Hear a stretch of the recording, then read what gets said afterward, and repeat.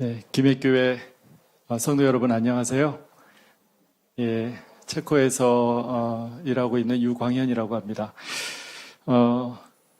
지난 10년 동안 한결같이 우리 김해교회 성도님들께서 신뢰와 사랑을 보내주셔서 지금까지 저희가 잘 지낼 수 있었습니다. 너무 감사드리고 이 감사의 마음을 꼭 직접 얼굴을 뵈면서 전하고 싶은 마음이 있었는데,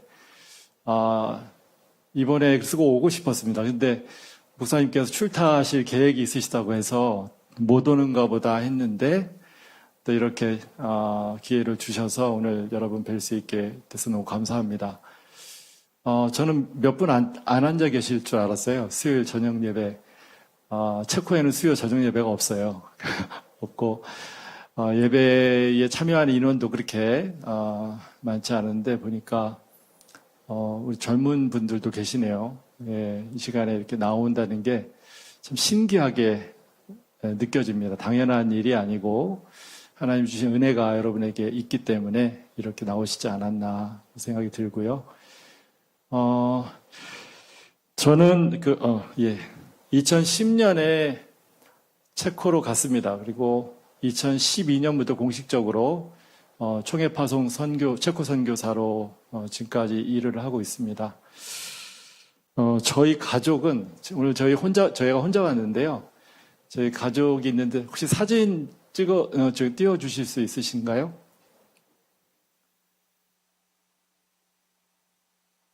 네.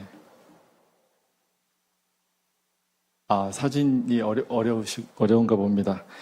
네, 제 아내가 있고요. 예, 그리고 딸이 둘이 있습니다. 예, 첫째 딸은 17살, 둘째 딸은 8살, 한국 나이로, 그리고 같이 왔는데, 저희 2년 반 만에 한국으로 와가지고, 네, 사진 나왔습니다. 예, 구분이 되시겠죠? 예, 맨 오른쪽에, 이쪽에 있는 게 제 아내고, 큰 딸, 작은 딸, 예, 그렇게 있습니다. 근데, 저희 할아버지 할머니, 저희 아버지 어머님께서 애들을 안 놔주셔가지고 오늘 못 데리고 저 혼자 이렇게 오게 됐습니다. 이름은 한별이, 한우리, 그렇게 되고요. 체코에 대해서 여러분 아마 이름은 들어보셨을 것 같고요. 체코보다 사실 프라하를 더 잘 아시는 경우가 많아요. 예, 제가 사는 곳도 체코의 수도인 프라하이고, 이 프라하는 많은 관광객들이 해마다 오는 곳입니다. 근데 이 체코라는 나라가 이렇게 들여다보면 참 뭐가 많은 나라예요. 예, 그 어려움을 겪었던 역사들이 있고 강대국에 의해서 그런 부분들은 우리나라랑 굉장히 비슷한 부분이 있죠. 그리고 기독교 역사는 1200년, 굉장히 오래됐죠.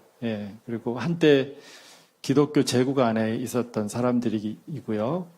그리고, 아시는 분은 아시는데, 종교개혁의 유산을 가지고 있습니다. 그래서 원래 종교개혁하면은 독일의 루터, 또 스위스의 깔뱅, 이런 사람들을 좀 많이 알지만은, 그 루터의 종교개혁보다 한 100년 먼저 이 체코 땅에서 개혁자들이 일어났었고 그 개혁운동이 약 200년 지속이 됐습니다. 그래서 근데 이 체코 종교개혁 역사가 잘 알려지지 않은 이유는 독일 같은 경우는 좀 힘을 받아서 이게 쭉 이어졌고 체코 같은 경우는 이제 카톨릭 교회에 의해서 이제 제압이 되면서 역사가 묻혔어요. 그래서 잘 알려져 있지 않은데 그 역사적인 유산들은 그 땅에 고스란히 보존이 돼 있고, 그래서 우리가 공부를 조금만 해보면 그 안에 많은 귀한 교훈들이 있다는 것을 알게 됩니다. 그래서 저는 이제 체코로 가면서 그런 것들을 좀 알 수 있게 돼서 또 감사한 부분이 있고, 여러분들도 혹시 체코로 오시게 되면 그런 역사가 있다는 것을 생각하시고 또 접할 수 있는 기회가 있으면 참 좋겠다 싶습니다. 그리고 체코는 20세기에 공산체제를 경험한 나라입니다. 40년 동안 지속됐던 공산체제인데, 공산체제 그러면은 이제 우리는 먼저 북한을 연상하게 되잖아요. 그죠? 근데 북한 같은 경우는 이제 종교의 자유가 거의 없다고 봐야 되겠죠. 근데 체코는 종교의 자유가 아주 없지 않았습니다. 40년 동안. 그래서 크리스천들이 어떤 불이익을 당하기는 했지만 교회를 가고자 한다면 갈 수가 있었어요. 근데 이 40년 동안 우리가 어떤 하나의 체제 아래 있다는 것은 그 체제 속에서 우리의 어떤 생각하는 방식, 사고하는 방식, 행동하는 방식이 어떻게 틀이 만들어진다는 의미이기도 한 것 같아요. 그래서 이 40년 공산체제 하에 있으면서 체코의 크리스찬들이 멘탈리티가 굉장히 수동적이고 폐쇄적으로 굳어졌어요. 그래서 이제 공산체제가 89년에 무너졌는데 그 이후에는 뭐 전도도 마음대로 할 수 있고 또 어떤 신앙생활도 적극적으로 하고 세상에서 뭔가 교회가 할 역할, 할 수 있는 일들도 기회가 많이 열렸음에도 불구하고 이 사고가 폐쇄적이고 수동적으로 굳어져서 그분들끼리 좋은 이런 그런 모임으로 공동체로 그렇게 되는 경향이 있었습니다. 그래서 그런 부분들을 극복하고자 하는 노력들이 또 일어나게 되는데 제가 소개하려고 하는 이제 저희 교회, 물론 처음부터 저희 교회는 아니었죠. 체코에 개신교회였었는데 이 교회의 사례가 좀 특별한 사례가 될 수 있겠습니다. 이런 체코에서 선교를 어떻게 할까? 아마 이렇게 선뜻 이렇게 딱 떠오르는 게 없으실 확률이 굉장히 높아요.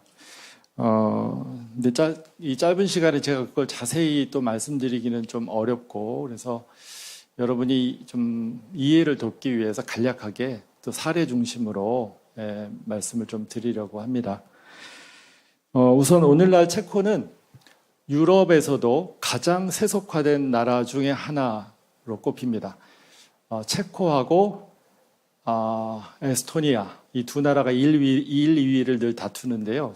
이 세속화라는 것은 사실은 이 한국의 개념, 한국의 어떤 그 상황 속에서 좀 이해하기가 쉽지는 않아요. 왜냐하면 뭐냐면은 한때 이 유럽은 완전 기독교 사회였잖아요. 기독교 국가. 그 얘기는 교회나 기독교가 그 사회의 중심에 있었다는 뜻입니다. 근데 이 중심에 있던 교회와 기독교가 점차 주변으로 밀려나면서 영향력을 잃어가는 상황, 이걸 세속화라고 해요.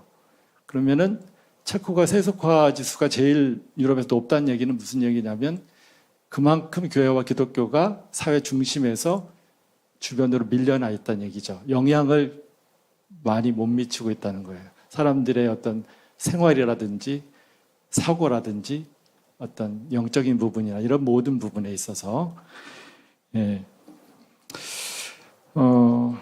최근의 조사에 따르면 자신이 교회나 종교기관에 속해 있다고 대답한 체코 사람은 전체 인구의 14%에 지나지 않습니다. 그리고 이 중에 개신교 인구는 1%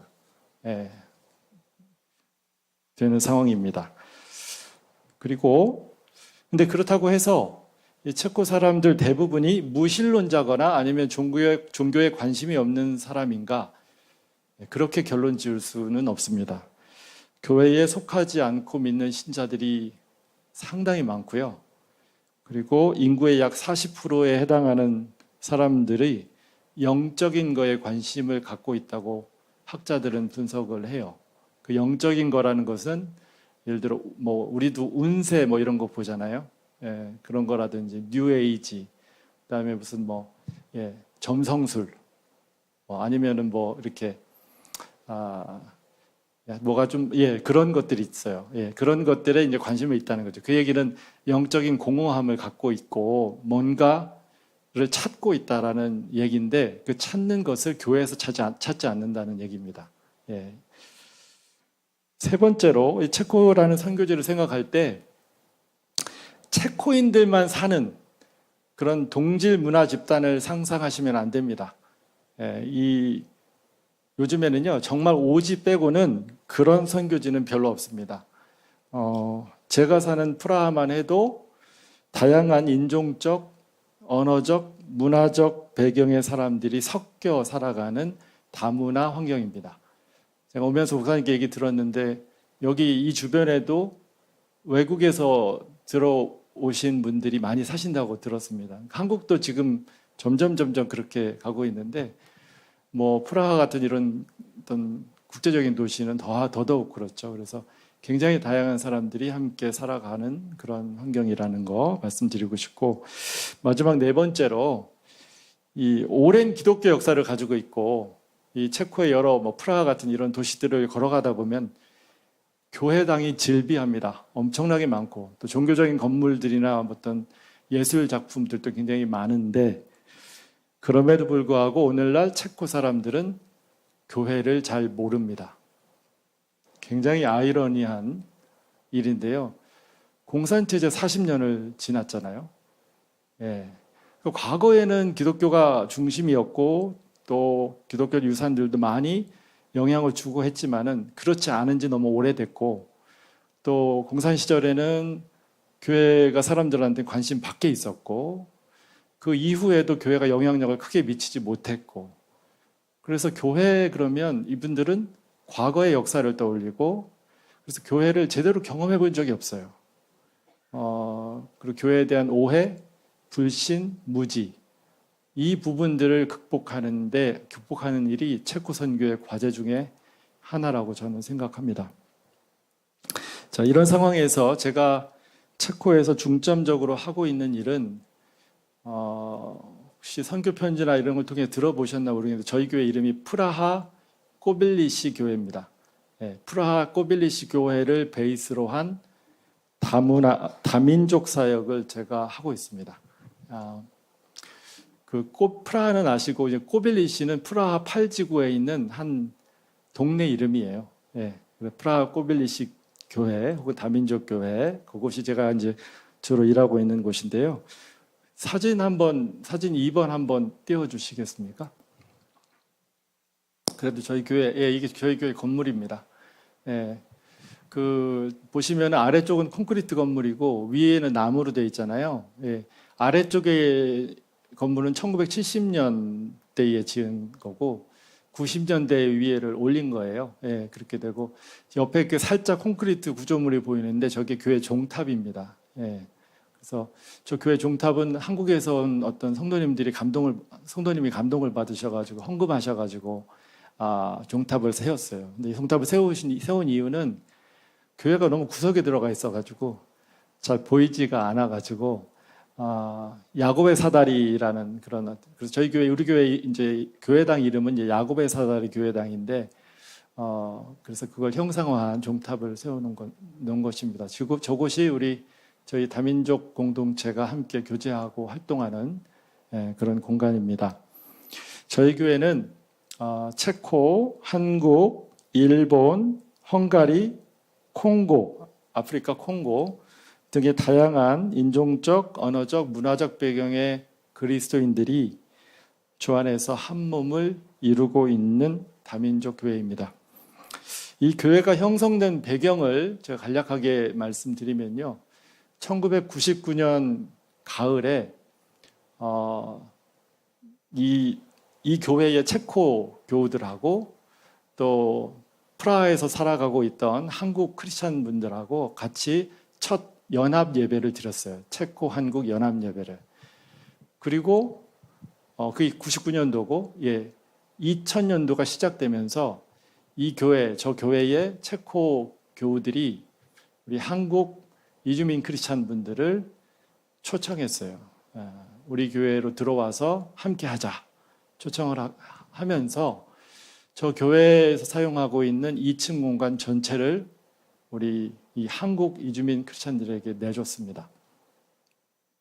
그 이후로 22년을 함께 해오고 있어요.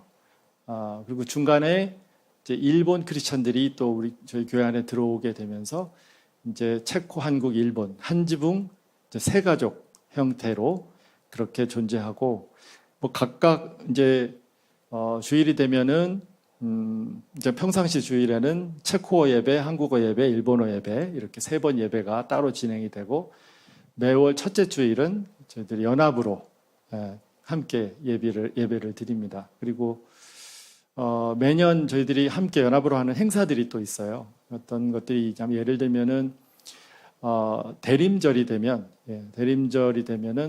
음식 바자회를 엽니다. 그래서 이제 뭐 한국 사람들 한국 음식을 하고 이제 일본 음식 뭐 다양한 음식들이 막 나오죠. 그러면 이제 음식을 판매해서 그 판매 수익금으로 우리 교회에서 섬기고 있는 그 근처에 정신병원이 있어요. 정신병원의 환우들을 위한 성탄 선물을 이제 크리스마스 이브에 전달을 하는 그 사역을 그것도 한 20년 정도 지금 됐죠. 하고 있는데 제가 생각할 때는 체코 사회에서 가장 외롭고 바닥에 있는 분들, 가장 낮은 곳에 지금 있는 분들이 그분들인 것 같아요. 그 정신질환을 앓고 이제 그 병원에 들어가게 되면 가족들하고 연이 끊기는 분들도 많다고 해요. 그래서 이제 성탄절이나 부활절 이때가 이제 이 유럽 사람들은 명절이거든요. 그러면 다들 가족들한테로 이렇게 가게 되는데 이제 이분들은 그때도 외롭게 지내시는데 그래서 이제 워낙 받고 싶은 성탄 선물을 이렇게 목록을 받아서 성탄 선물을 이제 구매해서 포장해서 전달하는 사역들을 연합으로 계속 진행해 왔고요.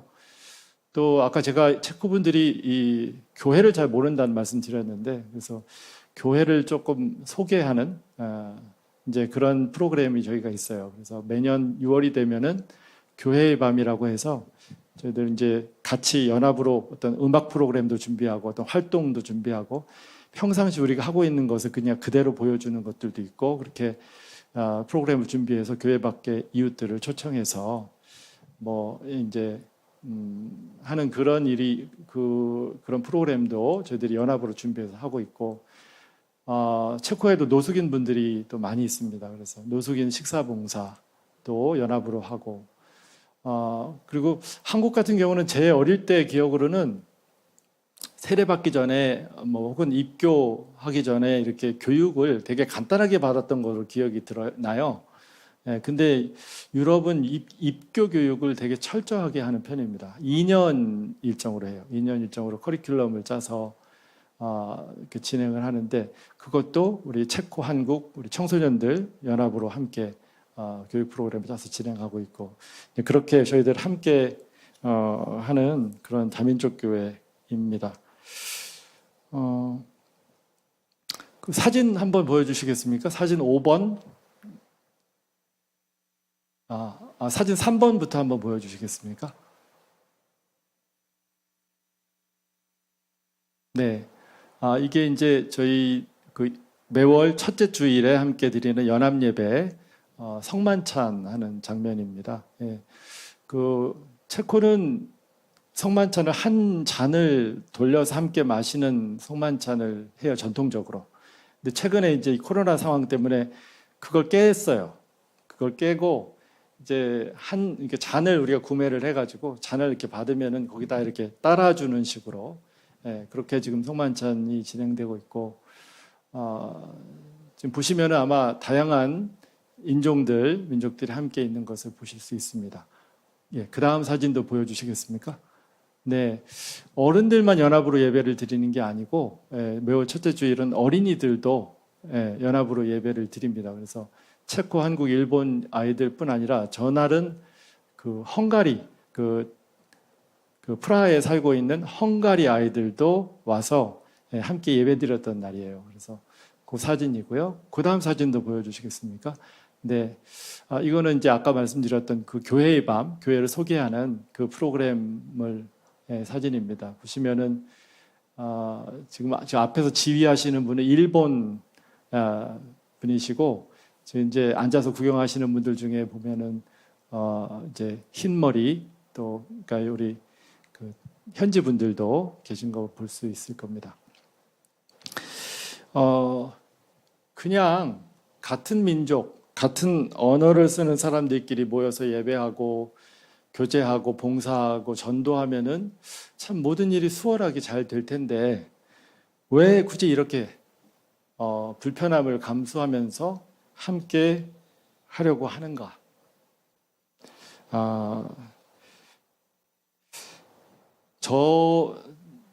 이 고민을 많이 했습니다. 사실 제가 거기서 고민을 많이 했는데 제가 지금 갖고 있는 생각은 이렇습니다. 그것이 교회가 예수 그리스도와 하나님 나라의 복음을 더 온전히 증거할 수 있는 길이라고 생각하기 때문입니다. 세상 사람, 우리 더불어 살죠. 이 사회에도 다양한 사람들이 더불어 사는데, 다양한 사람들이 모여 있다고 해서 그 다양한 사람들끼리 서로 뭐 많은 것들을 주고받고 이렇게 가깝게 교제하며 사는 것은 아니잖아요. 예. 만약에 교회도 그렇게 똑같다면, 그럼 교회가 다른 게 없잖아요. 예. 그래서 제가 아는 어떤 선교학자는 전도라는 것을 세상과 다른 교회의 차이로 설명하시는 분도 있어요. 우리가 복음 안에서 이제 하나가 돼서 한 공동체로 있는데 굉장히 어렵죠. 서로 사랑하고 서로 하나 되고 뭔가 한다는 굉장히 어려운 일인데 사실 그게 또 본질이에요. 기독교 신앙의 본질이에요. 그게 정말 어려운 일인데 본질이에요. 그 얘기는 뭐냐면 어려우니까 세상 사람들도 잘 못하는 거예요. 우리도 어려운 거고. 그런데 우리는 주님의 도우심을 구하면서 주님께서 우리를 하나로 묶어주셨기 때문에 우리는 노력할 수가 있는 거고, 하나님이 도움을 주시면, 은혜를 주시면 조금이나마 더 할 수 있는 거고, 그 차이가 교회를 교회답게 하는 것인 것 같아요. 그래서 어려운 일인 것도 알고, 또 저희 교회가 전혀 완벽하지 않습니다. 너무 부족하고 연약한 모습이 투성인데 주님의 도우심을 구하면서 그냥 가는 것입니다. 예. 아마 김해교회 제가 잘은 모르지만 이 교회에 처해 있는, 그러니까 이 컨텍스트, 이 상황 속에서 여러 가지 고민들을 하면서도 노력하고 계시는 부분들이 있을 거라고 생각이 듭니다. 이게 교회의 선교적인 사명이라고 생각해요. 예. 그 길을 찾아가고 노력하고 또 그 과정에서 우리가 함께 성장해 가고 그런 부분들이 중요할 것 같고 저희도 그것을 노력하는 것입니다. 그래서 교회에 더불어 사는 삶이 세상을 향한 복음이 되기를 저희는 소망합니다. 복음은 화해의 복음이고 또 평화의 복음이고요. 또 사랑의 복음입니다. 물론 우리가 개인적으로 전하는 말을 통해서도 복음의 내용을 설명할 수도 있겠죠.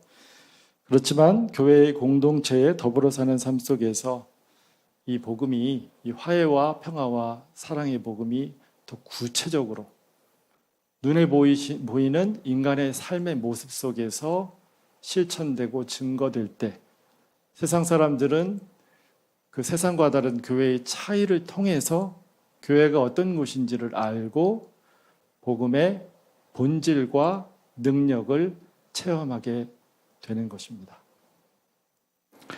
오늘 본문 5절에서 바울은 복음 증거의 사명을 맡은 사람들이 전파하는 것이 무엇인지에 대해서 말을 합니다.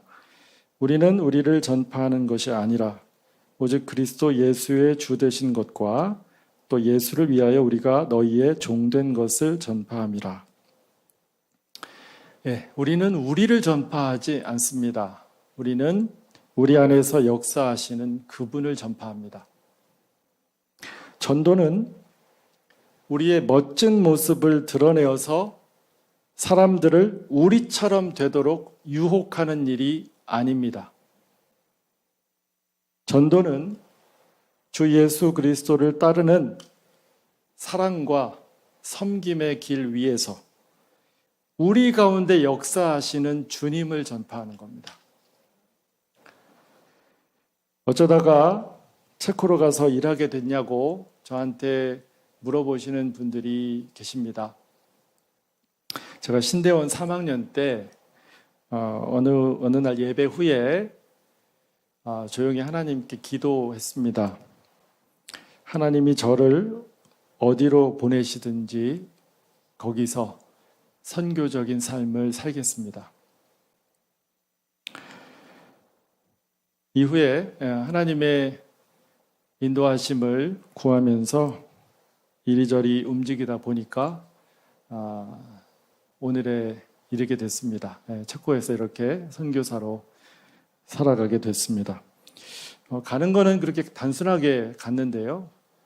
막상 가서 체코에서 지나온 삶은 그리 간단하지는 않았습니다.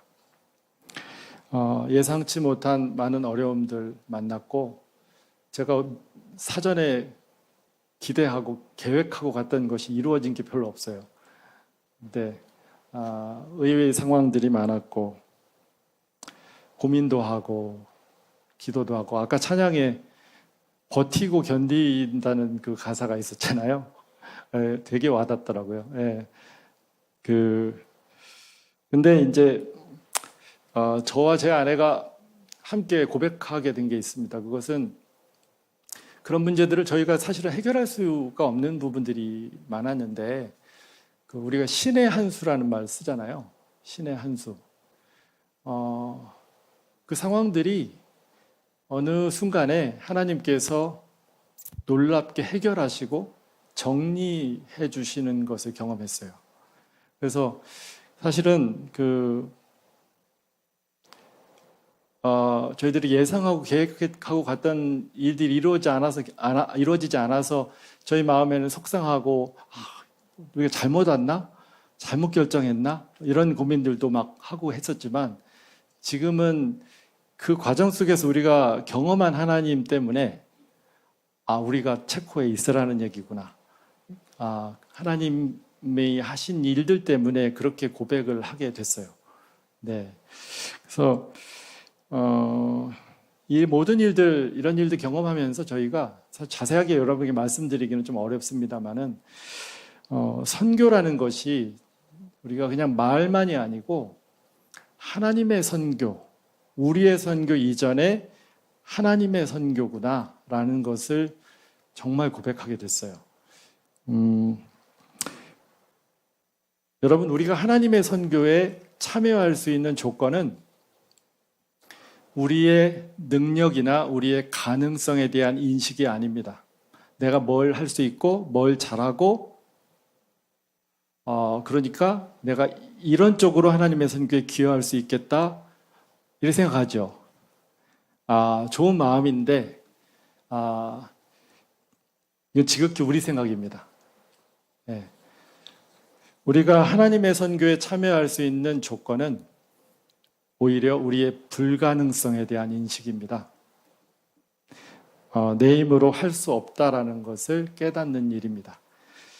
바로 그 무력함과 연약함에 대한 인식으로부터 하나님의 가능성, 하나님이 하실 수 있다, 하나님이 하실 수 있는 것, 그것에 대한 새로운 소망과 믿음이 피어오릅니다.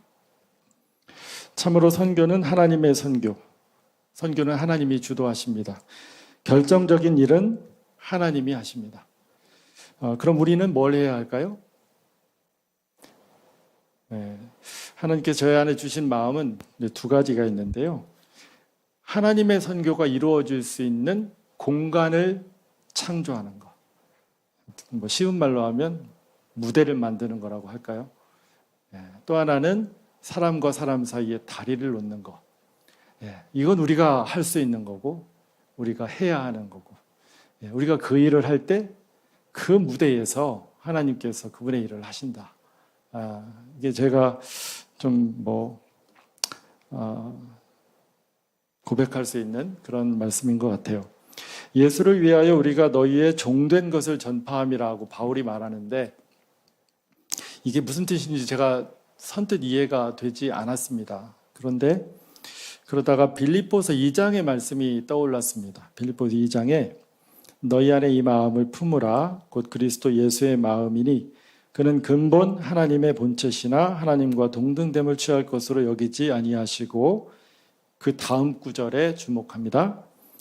오히려 자기를 비워 종의 형체를 가지사 사람들과 같이 되셨고, 한 번도 주목하지 않았던 자기를 비워와 종의 형체, 이걸 연결해서 생각해 본 적이 없는데, 이 말씀에 대해 생각하면서 이 부분을 좀 주목하게 됐습니다. 여기서 바울은 종이 된다는 것을 다른 누군가와 함께 있기 위해서 자기를 비우는 일, 묘사를 해요. 다시 말하면 내 안에 혹은 우리 안에 다른 누군가를 위한 공간을 창조하는 것. 이것이 우리가 종의 모습으로 누군가를 섬기는 것에 이런 일이 포함된다는 뜻으로 저는 이해했어요. 예수님은 그분과의 식사 자리에 누구는 들어올 수 있고 누구는 못 들어오고 이런 식으로 경계를 세워놓으시지 않았습니다. 오히려 사람들이 기존에 그어놓은 경계선을 허무는 식탁교제의 실천을 통해서 하나님께서 모든 사람을 그분의 나라, 그분의 잔치에 초청하신다는 것을 그분의 삶을 통해서 의식적으로 증거하셨습니다. 예수님이 삭개오의 집에 들어가실 때 사람들은 저가 죄인의 집에 들어간다라고 밖에 남아서 수군거렸습니다. 그러나 삭개오의 집에서의 식탁 교제를 통해서, 즉 예수님이 창조하신 그 환대의 공간에서 삭개오는 변화됐습니다. 영성학자 헨리 나우에는 환대를 이렇게 정의합니다. 환대란 이방인이 그 안으로 들어와서 적이 아닌 친구가 될 수 있는 자유로운 공간을 창조하는 것이다. 환대는 내 편에서 상대방을 변화시키려 하기보다 변화가 일어날 수 있는 공간을 그들에게 제공하는 것이다. 이 두 번째, 상대방을 변화시키려 하기보다 변화가 일어날 수 있는 공간을 그에게 제공하는 것. 이게 환대라고 헨리 나우엔이 얘기하는데 제 생각엔 이게 전도예요. 이게 전도예요. 저는 이 환대의 개념 속에서 이제 전도와 선교를 다시 보게 됐습니다. 내가 어떤 사람을 나처럼 되도록 변화시키는 일이 전도가 아니고, 제가 생각할 때는 내 안에 그 사람을 위한 공간을 확보하고 그 사람이 들어올 수 있는 공간을 내 안에 만들고 변화가 일어날 수 있는 공간을 나는 창조하는 거죠. 거기에 하나님이 일하시는 거예요. 네. 이렇게 제가 이해를, 전도와 선교에 대한 이해를 다르게 하게 됐어요. 네. 그래서 지금 프라하 코빌리시 다민족 교회, 제가 일하고 있는 이 교회에서 일어나고 있는 일들은요, 22년 전에 자신들이 사용하던 공간을 비워서 한국 이주민 크리스찬들에게 내어주었던 그 체코의 형제 자매들의 환대의 실천이 없었다면 이건 일어날 수 없는, 지금 저희 교회의 모습은 22년이 흘렀지 않습니까? 만약에 그것이 없었다면 완전 다른 모습일 거예요, 지금하고. 그리고 최근에 감사하게도 그와 비슷한 일이 저희들 안에서 일어나는 것을, 또 한 번 일어나는 것을 경험하게 됐습니다. 여러분, 최근에 우크라이나 전쟁이 한창 아직까지도 지금 되고 있는데요. 그래서 수많은 우크라이나 피난민들이 주변국으로 이제 이렇게 흩어지게 되지 않습니까? 근데 체코는 바로 인접국은 아니지만 한 달이 걸쳐 인접국이에요. 그래서 체코로도 약 50만 명이 들어와 있는 것으로 지금 보고가 됩니다. 그 전쟁 초기에 저희는 그 프라하에 한 한국 식당이 있는데 그 식당에 우크라이나에, 그러니까 종업원으로 일하던 우크라이나 청년이 있는데 그 청년의 가족들이 굉장히 어려움을 이렇게 다 뚫고 프라하까지 넘어와서 있다는 것을 알게 됐어요. 근데 문제는 뭐냐면 국가에서 많이 노력을 하긴 했지만 이들이 묵을 수 있는 숙소가 없어서 지금 굉장히 난처한 상황이라는 것을 알게 됐어요. 그래서 이걸 가지고 우리 저 교회 안에서 이제 이렇게 협의를 하는데, 저희 교회 안에도 숙소가 있기는 있는데 이미 다른 숙박객들로 다 차 있는 상황이라 우리가 어떻게 해볼 수 있는 게 없다. 이제 그런 분위기였어요. 그런 분위기였는데 저희 교우 중에 한 분이 제안을 했습니다. 지금 우리 공동체가 사용하고 있는 교회당 2층 공간을 비워서 이 피난민 가정을 위한 숙소로 꾸며드리면 어떠냐고 제안을 했어요. 한 사람도 반대한 사람이 없었어요. 그리고 바로 그 주에 모여서 이제 같이 일하고 이제 그 공간을 이제 안에 있는 걸 조금 드러내고 거기에 이분들이 사용할 수 있는 숙소로 꾸몄습니다. 그리고 그분들을 초청해서 그 가정이 거기서 이제 묵게 됐는데요. 혹시 그 사진, 사진 6번, 7번 한번 보여주시겠습니까?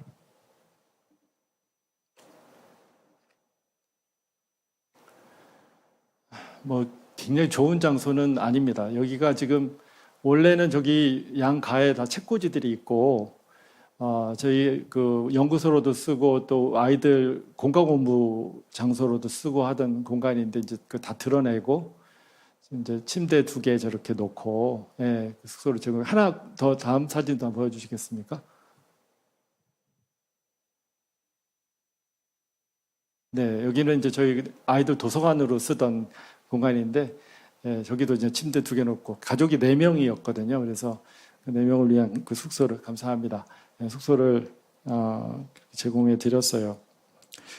근데 놀라운 사실은 그분들이 거기 교회의 저장소에 계심으로 인해서 저희 교회 분위기가 바뀌었다는 거예요. 교회에 활력이 돌고 역동이 일어났어요. 이분들을 도우려는 그런 움직임이 일어나면서 뭐 체코, 한국, 일본 동역이 일어납니다. 여기에 이제 저분들에 대한 마음을 이렇게 가지신 분들이 하나둘 모여서 이분들이 하나의 팀이 이루어지고 각자 잘 도울 수 있는 부분들을 영역을 나눠서 그 일들을 돕고 그런 이제 분위기가 됐고 그 다음에 저분들이 저기 계시니까 볼 때마다 우리는 우크라이나 생각을 하는 거예요. 그래서 저분들의 일이 우리의 일처럼 그렇게 느껴지는 일이 있더라고요. 지금 저희 교회는 지금 우크라이나 피난민들을 위한 여러 가지 프로그램들이 또 이후에 또 만들어졌어요. 어른들을 위한 기초 체커 강좌도 만들어지고 또 어린이들 취약전 어린이들의 체코 적응 교실, 그것도 저희 교회 바로 옆에 초등학교가 있거든요. 그 초등학교에서 원래 하는 건데 장소를 저희 교회에서 이렇게 하고 또 지금 여름 캠프도 어린이들 여름 캠프도 열고 그러면서 교회가 북적북적거리고 지금 그 일을 위한 여러 가지 사역들에 이제 사람들이 연결되고 있는 것을 보게 됩니다. 저희가 코로나 시작 전에 2019년에 연합예배 20주년 기념 세미나를 하면서 우리 교회의 방향성을 이제 좀 구체적으로 좀 세우는 그런 계기가 있었습니다. 그때 어떻게 우리가 방향을 잡았냐면 체코에서 살아가는 다양한 민족들을 품고 그분들과 함께 어우러져서 복음을 전하는 교회로 가자. 그렇게 우리 어떻게 보면 목표를 세우고 그러려면 우리가 장소도 필요하고 막 하니까 우리 센터를 짓자. 바로 막 굉장히 막 이렇게 기대감에 부풀어가지고 얘기를 막 하고 있는 상황에서 이제 코로나가 된 거예요. 그래서 굉장히 그 얘기들이 쑥 들어가고 사람들이 같이 모이기도 힘든데 무슨 센터냐 뭐 이런 얘기도 막 나오고 막 그랬었어요. 그랬는데 신기한 것은 하나님은 우리가 꿈꾸던 그 일을 코로나 상황 중에 이미 우리 안에서 시작하고 계셨습니다. 지금 저희 교회는 기존에 존재하던 사람들만이 아니라 새롭게 들어온 다양한 배경의 사람들이 서로 함께 어우러져서 일하고 교제하는 그런 장소가 되었습니다. 저희가 센터를 지어서 하고자 했던 일을 이미 하나님은 저희 교회 구석구석에서 하고 계십니다. 저희가 준비한 공간에 들어온 그 우크라이나 가정은 한국말을 전혀 알아듣지 못함에도 불구하고 주일이 되면은 내려와서 그 한국어 예배에 끝까지 참여를 해요. 그래서 제가 안 그러셔도 된다고, 그거 얼마나 힘든 일인지 내가 안다고 이제 마음을 알겠으니까 이제 안 하셔도 된다, 다음부터 안 그러셔도 된다 이렇게 했는데 이분들이 그렇게 얘기하더라고요. 이분들이 그렇게 제가 볼 때는 전에는 신실한 크리스찬 신자들이 아니었던 것 같아요. 근데 이게 우리가 하나님께 드리는 예배라고 그러더라고. 예. 그러면서 계속해서 예배를 나오시는 거예요. 그래서 뭔가 우리가 할 수 있는 일이 뭐가 없겠냐 물어봐서 괜찮다 그랬더니 케이크를 구워오세요. 그래서 이제 그 구워오시는 케이크로 우리 예배 끝나고 다 같이 또 교제도 계속 하고, 저희가 없는 중에도 계속 케이크를 구워오신대요. 그리고 이제 할머니, 어머니, 그 다음에 딸 둘인데, 딸 둘은 장성한 딸이거든요. 근데 그 중에 하나가 임산부였어요. 임산부예요.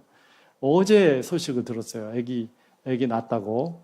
네, 그 기쁜 소식 사진을 찍어가지고 저희한테 또 전해 주었습니다.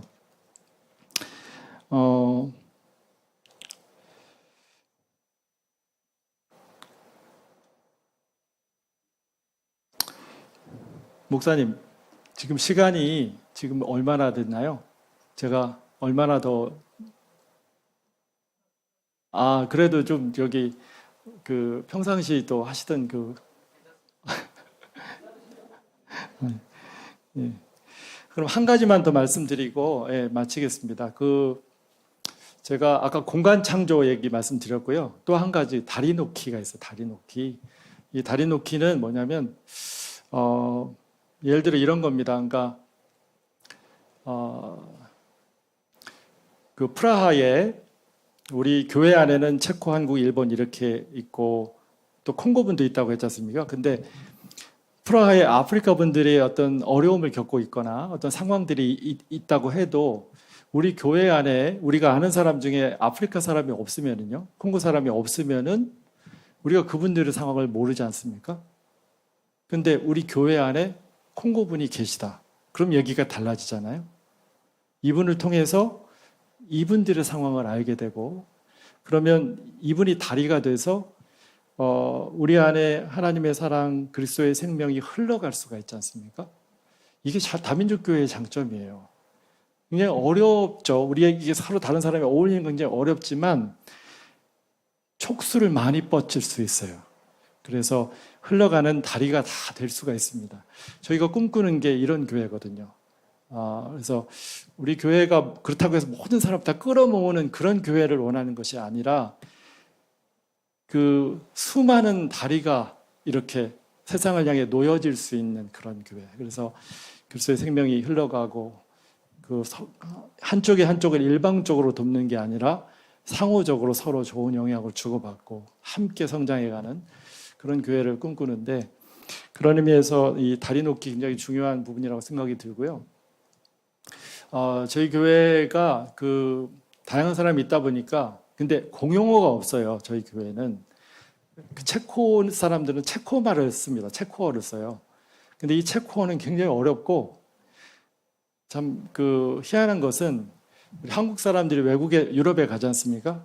독일에 가면 독일 말을 배우려고 합니다. 영국에 가면 영국 말을 배우려고 그래요. 체코에서는 체코 말을 안 배우려고 해요. 배워봐야 체코에서밖에 못 쓰니까. 그리고 체코라는 나라가 그렇게 메리트가 있진 않잖아요. 그러다 보니까 공용어가 없어요. 그러면 저희가 예배를 함께 드리려면 어떻게 드려야 되겠습니까? 통역에 의지해서 해야 돼요. 통역에. 그러면 통역 시간이 걸리잖아요. 그러면 이제 이렇게 뭔가 집중하려고 그러면은 막 갑자기 끊기잖아요. 그러면 이제 초반에는 이게 예배가 나랑 안 맞는다. 뭔가 좀 많이 낯설고 불편하고, 그렇게 해서 이제 다른 주의 예배는 오는데 연합 예배 드리는 주일에는 예배를 안 오시는 분들도 많았었습니다. 근데 지금은 이제 많이 적응이 되셨고, 지금은 그 차이가 크지 않아요. 그렇지만은 초반에는 그랬어요. 그래서 이 언어적인 장벽이 생각보다 꽤 높다고 볼 수 있어요. 그래서 서로 언어가 다른 사람끼리 그렇게 적극적으로 만나가지고 교제한다는 굉장히 어려운 일인데, 코로나 기간 중에 저희 우리 한국 교우들은 좀 말씀 읽는데 좀 집중을 했었습니다. 근데 그러면서 하나님께 주신 은혜가 많았고, 말씀 안에서 교제하고 대화하는 것이 얼마나 유익하고 좋은가를 저희들이 이제 경험한 거예요. 그래서 이거를 우리 한국 사람들 안에서만 할 게 아니라 좀 다른 민족들하고도 함께 할 수 있으면 얼마나 좋을까.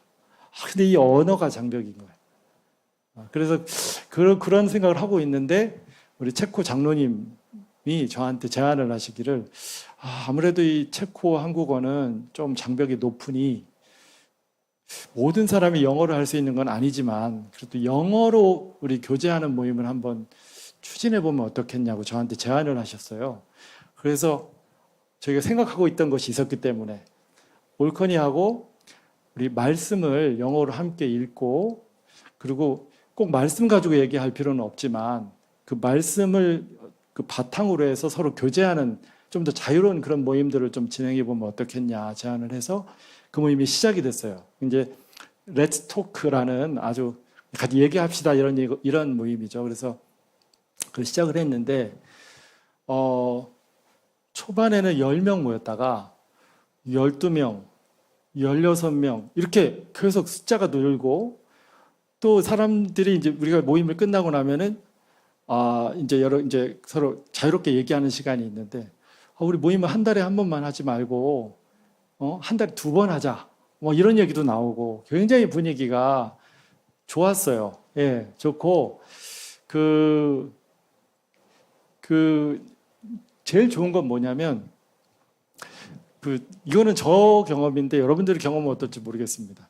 한국 사람끼리 말이 통하는 한국 사람들끼리 모인다고 해서 속 깊은 얘기 할 수 있는 거 아니잖아요. 저희 한국 교우들끼리 그런 얘기 해본 적이 없는데 여기서는 막 하는 거예요. 이 언어가 오히려 불편함에도 불구하고 어떻게 보면 제3지대 중간 지점에서 만나잖아요. 그래서 그런지 하여튼 신기한 경험을 합니다. 그러니까 이 교제가 훨씬 자유롭고 마음적으로 훨씬 더 부담이 적으신 느낌도 받는 것 같아요. 그래서 이 어떤 새로운 차원의 그런 교제가 이루어지고 이 안에도 지금 이게 다리 놓는 사역이거든요.